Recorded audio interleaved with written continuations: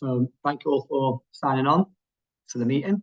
I'm going to explain what primary PE is about now at WEC and what my kind of vision is with the department. I'm new to this school myself, so I'll tell you what my kind of plans are, and also all information about the ECAs, the clubs, that lots of you want to know about, and the curriculum that we've got in store for all the children in primary this year. So I'm just going to start. I'll share my PowerPoint that I've put together, and it'll help me go through all the bits.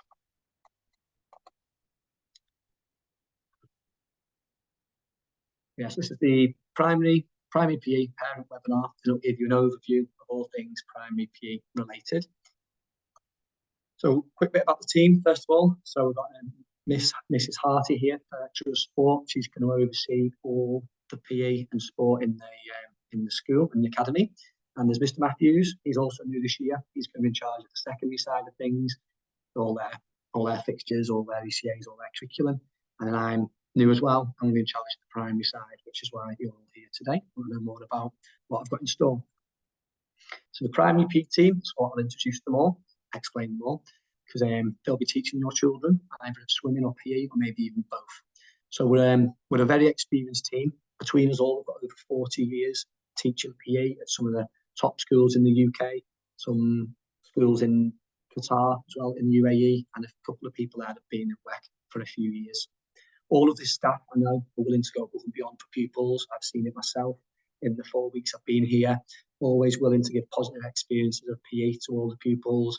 And it really is our pleasure to teach the children. We're lucky to be here, and we want to try and promote our love of sport and PE to all the pupils we teach. So we have a couple of aims in our department. Our first one is we want to provide all pupils with the best environment to achieve their potential. We want to try and create a lifelong love for health, exercise, PE and sport in all our pupils. So we really want to embed that love of being active, that love of sport, and it starts in primary school. It starts in foundation stage, getting them familiar with different ways of moving, playing games, and that will lead to a lifelong of exercise. We also want to challenge all our students according to their current level of ability. We have a vast range of pupils in this school. Some people are international athletes, some people are beginners in certain sports. And no matter what level your children come to us in our PE lessons, we're equipped to challenge them accordingly so they still have that drive. And we also want to offer every student an ECA opportunity, whether that's a recreational opportunity, a squad one, or a paid club. So all the children, as you've seen, you'll get information on ECAs, and you can all enter and try out whatever one you want to do. And again, this is regardless of ability level. If you're in the Performance Football Academy, that's fantastic. But likewise, if you want to do development football, that's also fantastic. So we make sure there is different pathways on for different levels of experience in each sport. So this year, one of my jobs coming here was to try and redesign the primary PE curriculum. So I've tried to use it, or tried to do it by using the UK National Curriculum, Ofsted Research Report, and the Sport England recommendations. With this being a British premium school, we will try and get that premium British curriculum across. So it's used all the current research and guidance, and it's shifted away from traditional games based, and it's looking more at a mastery of the fundamental skills before that stage, to allow them really to get that knowledge to play the games properly. So as this process, as I touched on before, it does start in foundation stage, where the pupils do take part in a PE lesson each week, and it's very important to them. Okay, it enables them to reach their physical learning goals, and they begin their journey to the fundamental movement skill mastery. When they progress onto Key Stage 1, they'll already be familiar with lots of the PE terminology because they've been taught by the specialist teachers. They'll be familiar with the location, the facilities, the equipment. So the transition should be seamless into Key Stage 1. And then when they're in Key Stage 1, they'll continue to refine and develop their fundamental movement skills through a variety of units which focus on the essential skills required to take part in sport. I'll touch that a little bit later. So I was basically saying they're not going to be learning traditional team games in Key Stage 1, but they'll be learning all the skills required to play the team games. And then finally, when they go to Key Stage 2, that's when the pupils will have opportunity to demonstrate their understanding of the fundamental movement skills whilst taking part in the traditional sports-based topics that we normally see in PE lessons. And this is, as I mentioned before, this is taken from the most up-to-date research that Ofsted have used in Sport England. So why is the big focus on fundamental movement skills? Okay, they are the building blocks for being active. Without having the fundamental movement skills in place, you'll struggle to get through your life. And the more mastery you have of those movements, the easier it is, really. So by learning the fundamental movement skills, it enables agility, balance, coordination, and it allows them to live healthy, active lives. These should be developed from early age to ensure that every child is given the opportunity to excel in sports and fitness. If we leave this too late, sometimes it's then too hard to learn those abilities, and there might be a gap between pupils' like engagement levels. So if we make sure they learn the fundamental movement skills early on, then they should be engaged throughout because they'll have the skills to access the curriculum. Studies have shown strong links between developing the core fundamental movement skills and the effect it has on confidence of a child, self-confidence, cognitive function, and communication. And all those skills are important to a whole holistic development of a child, not just on the sports field, but also what they're like in the classroom, at home, with peers, stuff like that. And from an early age, a child's level of physical development that dictates their ability to hold a pencil, put on their shoes, read a book. As children grow, this set of skills will determine how they behave for the rest of their lives. Simply playing games where they're using balls, putting on different colour cones, and picking up beanbags, that all helps hold a pencil, develops those motor skills. By playing games that involve balancing, traveling on their arms, that develops strength, again, helps with writing, helps with holding up a book. So it's really important that we do focus on this, particularly down at Key Stage 1 and the FS stage. So you might be wondering, what are the fundamental movement skills? I've talked about them a little bit, so I'll just quickly go over them now. So they're branched into 3 categories. We have the locomotor skills, which involve movement, transporting the body from one place to another. And these are the building blocks of coordination. So anything such as running, crawling, hopping, walking, skipping, jumping, leaping, dodging, all those skills children in FS, in Key Stage 1 and Key Stage 2 will need in PE lessons. And the more you practice them, the more mastery you have and the more able you are to use those skills. The body control, this involves the balancing when the body's still or when the body's moving. This is important as it requires everyday things to perform object controls, to walk up and down stairs, to get out of bed in the morning. All that involves the body control. So we'll be doing games that involve landing, climbing, balancing, turning, twisting, bending, rolling, stopping. So like the gymnastics, the trampolining, the rock climbing, that will focus on a lot of those skills. But also even just in regular PE lessons, they'll be doing turning, they'll be doing twisting. So it's again trying to embed them as much as we can to develop that mastery side. Object control. So this is when children use an object such as a bat, a ball, or a cone to be able to control it in different ways. So that involves the throwing, the kicking, the catching, rolling, striking, bouncing, dribbling.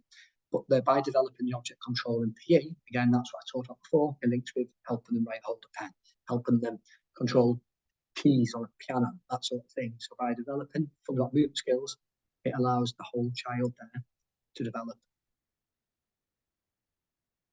So I'll show an example now from PE. So the very bottom of the steps, like a Jenga block, I like this to think of it. So you've got running, you've got jumping, catching, hopping, and landing. And they're all activities that children should be learning lower down in school because they're the basic fundamental movement skills. As they progress through the school, the next PE lessons, as they get a bit older up, might be looking at being light on your toes when you land. Might be looking at keeping your eye on the ball when you're moving around, so you don't need to look necessarily where you're going because you develop that ability to have your spatial awareness. And looking at having a side on the body position when you're playing your games. That will lead to being able to read cues to anticipate the flight of the ball, read cues to anticipate the pass, and finally, looking at how to have a defensive position to make an interception in basketball. So before you get to that sort of level, which is quite a high-end skill, the pupils need to learn the fundamentals, which again, those building blocks that everything else is built on top of, which makes the high-level skill that we're aiming for in PE. So these ones, they'll first be introduced in EYFS. Lots of the games will involve all those skills, as much possible practice as we can. Then in Key Stage 1, you might look a little bit more about the specifics of being able to move, spatial awareness games, being light on your toes, because they've already got a good understanding of the movement skills, they can then progress on to the next stage. And then a bit higher up, so I guess then key stage 1, top end of key stage 1, bottom of key stage 2, they'll be looking at these sort of skills. And then the high end of key stage 2 is when they'll be able, hopefully, to consistently get in the defensive position to intercept the passing basketball. So this is the curriculum for EYFS. So again, I've changed this around a little bit this year as well. So the focus on the fundamental movement skills, locomotor, object manipulation, and body control. And I've linked it to the early learning goals as well for the EYFS framework. So in September, October, spatial awareness, October, November, speed agility travel, and so on. So throughout the course of the year, they'll get lots of opportunity to develop all the fundamental movement skills to develop that whole child that we're really looking at doing in PE. So it's a concept-based curriculum. So instead of focusing on traditional sport, it'd be pointless me trying to teach football to an FS child. Instead, it's the skills they'll need to learn football as they get higher on throughout the school career. So now we're going to go into the curriculum for year 1 and 2 up there. So the concepts come a bit more aligned now in key stage 1. However, still, we're not going to be looking at the sport for the whole unit. We're looking at the principles and the skills that are transferable and linked to all sports in that topic. So this makes it a bit more accessible. We're not going to be teaching them basketball, for example. We'll teach them how to attack, defend, and shoot. And that will be in a game such as mat ball or bench ball that's a lot simplistic than playing basketball. Basketball, as many of you will know, has lots of specific rules and techniques and footwork, double dribble, travel, all these things that are actually quite difficult for children to access. We don't want to overload them too early. So we're just focused on the very basic principles in there. Likewise with athletics, rather than telling them we're going to run 800 meters, because again, that would be too much of an overload for children at that age, we're just looking at games that involve running for speed, running for distance, running for pace, jumping for height, jumping for distance, combination jumping, overarm throw, sidearm sling, push. So all those things will be learned, but it won't be traditional athletic sort of way of doing it. That will come later. And then after we have the break, Christmas break or winter break, sorry, then they'll be looking at some striking and fielding games, looking at how to hit with different objects, catch different balls, run between bases, wickets.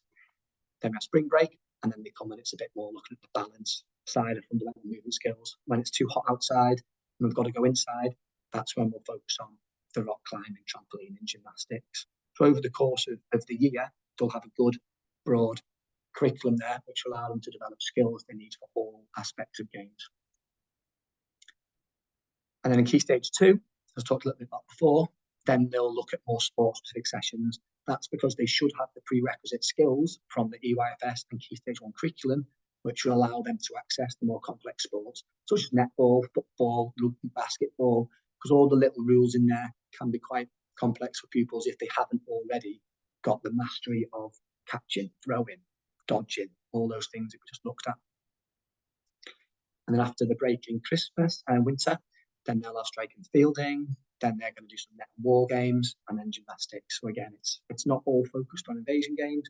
I try and make sure pupils, whether they're passionate about tennis or passionate about rounders, cricket, gymnastics, football, they all get to do a topic, something they want to excel in. This year as well, we're also rolling out some curriculum roadmaps. So we've done 2 of these already. The rest of them are still in the pipeline. We've only been here 4 weeks, so a little bit more time to finish them all off. But when you start in year 1, it's showing you what you'll learn, spatial awareness unit, then sending, receiving, progress up to the swimming, which will run alongside both of those. Then it's the run, jump, throw, attack, defend, shoot, swimming 2. And then after that, hit, catch, run, gymnastics, swimming 3. So they're going to go out in the parent booklets in the near future once we get the sport-specific ones on there. So you probably would have seen before, children were swimming all the time. So they've got 1 practical PE lesson and they've got 1 swimming lesson. You might think, why swimming that important and prevalent on our curriculum? Basically, swimming is a life skill. It's of paramount importance to us as a premium British school. It's the only sport that Ofsted in England say has to be taught in the PE curriculum. You can get that. You don't have to teach football ever, but you have to always teach swimming. So we make sure it's on there. And we give the pupils a wealth of time in the pool, which helps their water competence and their confidence. and that should hopefully lead to their water safety. And our aim is to develop lifelong participants in sport and physical recreation. And swimming, especially out here in the UAE, is a big part of that life. There's pool, there's sea access, there's lots of opportunities for pupils to play in the water. So we need to do all we can to make sure the pupils are safe and equip them with the skills they need to have a safe life. This is taken from the Ofsted framework. So swimming and water safely, key stages 1 and 2. All schools must provide swimming instruction in either key stage 1 or key stage 2. Because we're a premium school, we want to do it both. And actually we do better than that because we do also EYFS2, FS2 do swimming as well. So in particular, pupils should be taught to swim competently, confidently, and proficiently over a range of 25 metres, use a range of strokes effectively, and perform a self-rescue in different water-based situations. So that's really what we're trying to focus on. We want every child to hit all those aims from the curriculum. So yeah, that's it's taken from the most current British national curriculum, and it's the only compulsory sport. And those, of course, are the minimum expectations. We have children that can swim 500 metres confidently using major strokes, but that's a different type of programme. But for our curriculum PE, we need all children in year 6 to be able to do those 3 things. So how we're going to assess in primary PE this year. So the pupils will be taught a subject, and it's going to be ongoing formative assessment in every lesson. Teachers are always going to be observing, monitoring the pupils throughout, checking their progress against the individual lesson objectives. And at the end of each unit, the teacher will conduct a summative assessment where the pupils will be observed against the learning ladder objectives. If you're familiar with the school, it's the same platform that's used for all of the subjects. The teachers use the learning ladders, and it will help us track progress and attainment, and also you as parents to see how your child is faring in PE. So although the units stay the same in the key stage 2, and they will repeat topics each time, that enables mastery. So they will learn football in year 3, year 4, year 5, year 6. The learning objectives do actually change, and the rungs become more difficult to help us extend them to make sure they are still progressing. So the expectations for year 3 in athletics are not the same as year 6 in athletics. Even though they learn the same topic, the standards get higher. This is just a bit of a screenshot I took of the learning ladder programme for PE. This will be from year 6 class, Invasion Games. It will just say a couple of rungs there. And as the teachers, we'll have the child's name there. We'll select whether or not they're working towards it, achieving it, or working beyond. And then that allows us to track the two people's progress and allows you as parents to see where they're up to. And the good thing about this is as well, it's specific to each topic. So you might have a child who is a fantastic swimmer, but maybe playing tennis isn't their strength. So they might get a really strong swimming grade, but then maybe in tennis it might be something to try and look for and improve in the future. So it is personal to each child about how they are across each different topic of PE. It's not just a generic PE grade, it's looking at the requirements for that specific sport they're learning. So this is just showing you how the rungs do change. So if we're doing net and wall, so if it's a tennis topic to begin with, they can play and score a game of 1v1 hand tennis. They can track where the ball's going and land and move into position to make a catch. So that's the quite basic understanding, intro into net and wall games. When they get to year 4, it gets a little bit harder. So it's I can strike a ball of accuracy from a part of the feed. I can strike using just the forehand consistently. And as they go to year 5, it gets again a little bit more difficult. So they can use a proper game of tennis there. They can hit the feed from a partner using the forehand and backhand consistently. It's having that difficulty, not just using the forehand all the time. Then in year 6, the rungs will say, I can use a range of shots to outwit my opponent. So it's not just looking at hitting a forehand consistently anymore. It's can you choose when to do a drop? Can you disguise a volley and actually do a drop? Can you smash it? So it's looking at the different actual skills there, progressing the difficulty that we should see the pupils do as they progress through the years. So now we've got a bit about the sports outside of school. We've talked a lot there about the curriculum. It's something I'm really passionate about. I think we're going to have a really good year this year in WEC going forwards. So now this is more about the extracurricular side of sport in the school, which I'm sure you want to know. So we have 3 sports pathways. We've got the performance pathway, sorry. We've got the swimming centre of excellence. We've got the PFC football centre of excellence, and we have the rackets tennis performance centre as well. So there are 3 performance centre excellences that we have got up and running. These are all trial things where people have to trial and they get invited if they reach the standard of that cohort that year. So a little bit about the Swimming Centre of Excellence. This is linked with the UAE's most successful swim academy, Hamilton Aquatics. On-site training in state-of-the-art facilities. People pay a lot of money to come and use this pool, and luckily our children have it. There's bespoke, flexible timetables and training programs that meet the individual swimmers to support their heavy training schedules outside of just school. They have online learning during international swimming competitions, and they have access to dry land water sessions with our ex-Olympic swim coach, Dehan, who's fantastic. And they have access to mental coaching and tutor support as well. So that's a really good pathway that pupils can access from year 3 in the school all the way up to 6th form. Here we have also the Football Performance Academy, and these have 3 values, their main things: to educate the region's most groundbreaking staff, to empower critical and creative thinking in all student athletes, and to instill excellence in all aspects of development and performance, academically and athletically. So they work really well with school and support us to make sure pupils are meeting their standards in classroom as well as on the football pitch. These are the first performance football academy set up in UAE. It's designed to mirror the training schedule of full-time student athletes. They balance the curriculum alongside football, so they can still do A-level, BTEC studies, as well as being in the football academy. And it's a year-long program. It's just started last week actually, and it goes on all year.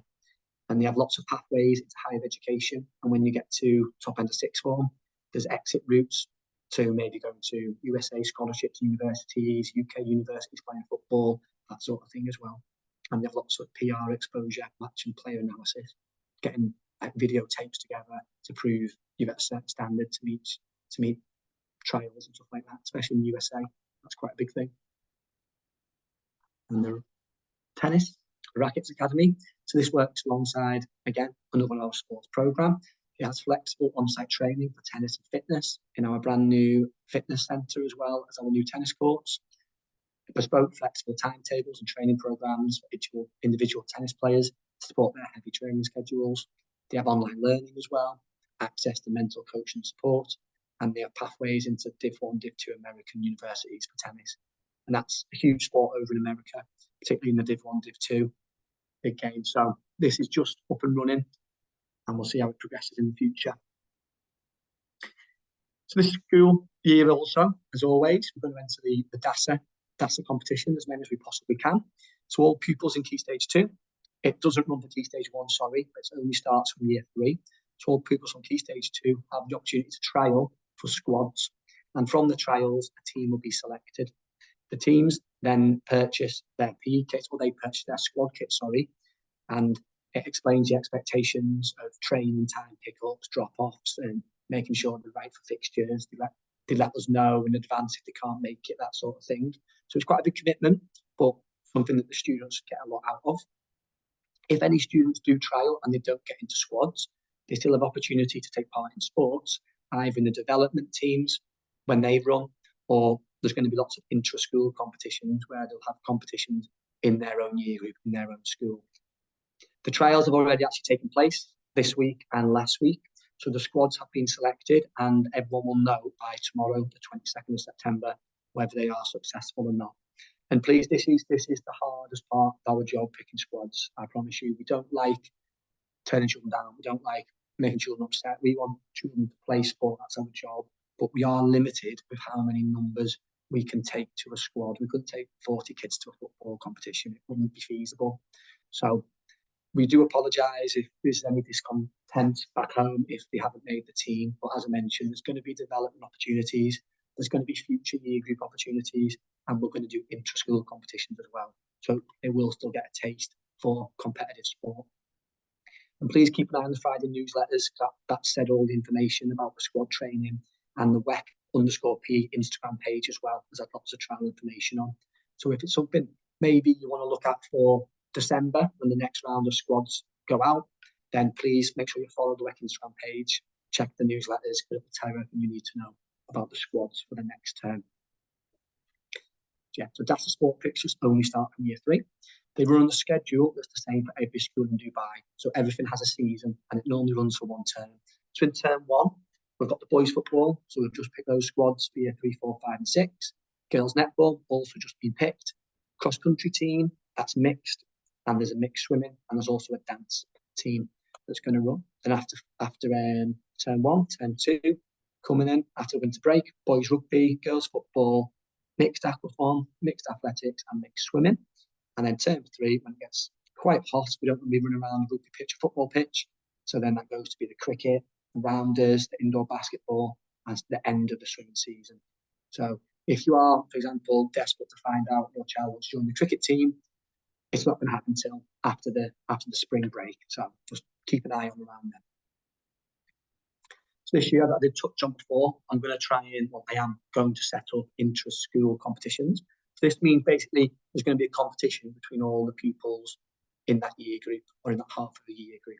So one thing that feedback was from pupils last year is more said they wanted to have opportunity to take part in competitions, because now the school's growing bigger and bigger. It's not we can't physically have every child who wants to go off site for a competition. But what we can do is set up an intra-school competition. So this will allow all pupils in the year group to experience sports. It'd be organised in teams, there'll be fixtures, there'll be a competition element, there'll be wanting to win, there'll be a league table, and there'll be a certificate for the winning team up in assembly. So they'll still get all the same things in sport, just it will be done on our site against pupils from this school as well. So this is going to be the culminating event at the end of the learning unit of work. So if they're learning, for example, netball, then it'll be based around the skills they've learned in that unit. And there's 4 classes from each year group coming together, working in their house teams and taking part in the event. So I'm sure you all know the PE kits, we've got Emerald, Onyx, Pearl and Ruby. We'll stay in those house teams and it'll be some from Emerald play some from Onyx, some from Pearl play Ruby. And they'll play each other until we get a league and then we'll find out who the winning house are. And we'll try and make a really big event. I've got some big plans for this, so yeah, keep an eye out for that one. So quickly now, nearly finished, going over the PE policy. We have gone through this with every single child in last week or 2 weeks ago, actually, when we had our first week in school. So we need to make sure PE kit, wet PE top, wet PE shorts, and plain trainers, please, with white socks. The PE kit's been mostly pretty good. I've been impressed with that. On PE days, we're pretty hot on the PE kits. Please keep that up. And 1 or 2 people, I know there's a few issues with threads. I've had those issues myself. So if there is no wet PE kit, send them in something plain, something dark and navy. It's better than being in the uniform, particularly when it is going to get outside soon. So please bring them in something that isn't school trousers and school shirt, because they'll have to be in those clothes all day. So swimming kit, next thing, again, this is a little bit more hit and miss. Okay, so swimming kit, swim costume, swim hat, goggles. Okay, swim hat, lots of people missing this. If you're a boy or a girl, it is beneficial definitely to wear a swim hat. Only keeps your head dry, stops you having to have a wet head after swimming, but also hygiene-wise, don't want hair in the pool. We've got lane ropes. We don't want hair to get caught in lane ropes if you're doing backstroke, something like that. We don't want hairs coming off in the water, blocking filters. So please try and bring a swim hat. Goggles as well. Try and teach the children the right technique. If they haven't got goggles on, they're not going to want to really put the face in the water when they're doing front crawl or butterfly, breaststroke. So please try and bring them. And a towel. There was someone who got a towel last week, so yeah, make sure you bring a towel. If they don't have kit, like everyone, we all make mistakes. So 1 chance, we don't mind. But after that, if it's a second time, there will be a call coming back from your child's PE teacher. Just because we need to let you know the understanding the requirements. PE is an essential part of the school. So they need to make sure they're accessing the lessons. If it's a third time, then there'll be a 5-minute break time reflection, because you've got to be ready, you've got to be prepared. It's no different to turn up to a maths lesson, not having a maths book or a pen or a ruler. You're not going to access the learning you need to do. So in PE, if you haven't got your swimming hat, costume, goggles, you're not going to be able to access the learning. So please be on board with us there. Of course, there are times people are sick, unwell, injuries. Send a note. I've had lots of notes this week, last week, of doctors. That's fine. So just make sure you email your teacher. They'll pass on to your PE teacher, and that's okay. So a couple of tips there for you. Pack the bags the night before. If you can't find it, bring something sporty. Just bring a note in. That's fine. If you've lost it, borrow one from school. Again, because I know threads, swimming hats, didn't have any in last month when I went there. Long hair must be tied up. Again, hygiene, safety. And if you're feeling unwell, let us know. But still try and give it out if you can. Okay, and a lot of people ask me about the swimming pool. Okay, temperature is fine. It's checked 3 or 4 times a day. Chlorine levels are fine. It's checked 3 or 4 times a day. So no one will get sick from being too cold in our pool water. No one will get sick through germs in the water. It is checked and it is all above board. Okay, there's no worries on that side. The pool's lifeguarded always by 2 lifeguards, and there'll be 5 teachers or Hamilton coaches down there at a time. So there's lots of staff there keeping your children safe and happy and learning those fundamental water skills that I've talked about earlier on. So last thing then, so why do we teach PE? See, I love it. It's my passion. Okay, the PE staff in school absolutely love it. So you just think now, for anything you gives your pupils, why is teaching PE so important to develop a child holistically? Okay, but there's 16 answers I've thought of about this. So what? Physical fitness. Okay, by teaching PE, pupils are going to be active, same period of time, help them be fitter, healthier, happier. Healthy lifestyle, it promotes people doing exercise, being active. Helps prevent obesity, which we all know the health problems of that. Develops motor skills, I talked on, holding pencils, holding pens, sweeping things, from being a mechanic, a bit of work, little nuts and bolts, engineers, by doing PE helps you develop that. Doctors, need to be fine motor skills, PE helps those sort of things. Social skills, massive one in PE. We like talking, we like collaboration, we like people working together. So by being in a team situation, going through adversity, solving problems, all develop social skills. You sleep better. I know lots of you might know if you do exercise yourself, if you go on a big run, do a big gym session, you're tired afterwards. Children are the same. They do PE, they're a bit tired afterwards, then they get a better night's sleep, less tablet time. Improve mental health, again, that links to good social skills. Pupils are going to be active, collaborating, that all helps mental health. Improve concentration in lessons, gets the blood, gets the more oxygen flow to the brain, gives them discipline and responsibility, particularly in those sort of squads, those performance academies, that's very disciplined. Stops sedentary behaviour, helps them deal with conflicts. In sport, all the time there's conflicts. I play football and we all moaning, who should have marked that man? It's your fault. No, it's not. You learn how to deal with it in the sport pitch. Helps boost self-esteem and confidence. Okay, huge one. Pupils should be confident and should have good self-esteem. Releases stress. That's why those adults play sport, isn't it? So all those reasons, sorry, one more, help promote a lifetime of fitness. So all those reasons are a good thing for your child to bring the PE kit in, bring the swimming kit in, and you'll help your child in all that way. So, in summary, PE plays a vital role in promoting physical health, mental well-being, and social skills, and overall personal development among students. An advocate, to me, I think no other subject in school has such an important part in developing a child's physical health, mental health, and social skills. I think it's amazing, and I'm glad I'm in a school which also thinks that and has the curriculum time that supports that, PCAs that support that. So please get on board with it. And it helps equip children with the essential skills and knowledge to lead a healthy, more active life throughout their lifetime. And that's the big one, lifetime. If I get the thing right now in foundation stage and the pupils in my FS start their foundation stage right, it should lead to healthy, active lives for their lifetime. And that's my goal as a PE teacher. Not to make Olympic athletes, but to make children want to do sport for their life. So thank you for coming on board and listening to what I'm going to say. If you do have any questions, okay, there's my email, s.nobler_wec@gemsedu.com. And please get in touch. I'm happy to respond back. Anything that you need, okay, anything you want clarification on. I believe you have had a lot of questions that Joanne, our Director of Sport, has very kindly been answering. Yeah. Good stuff. Answer well. So no, thank you very much.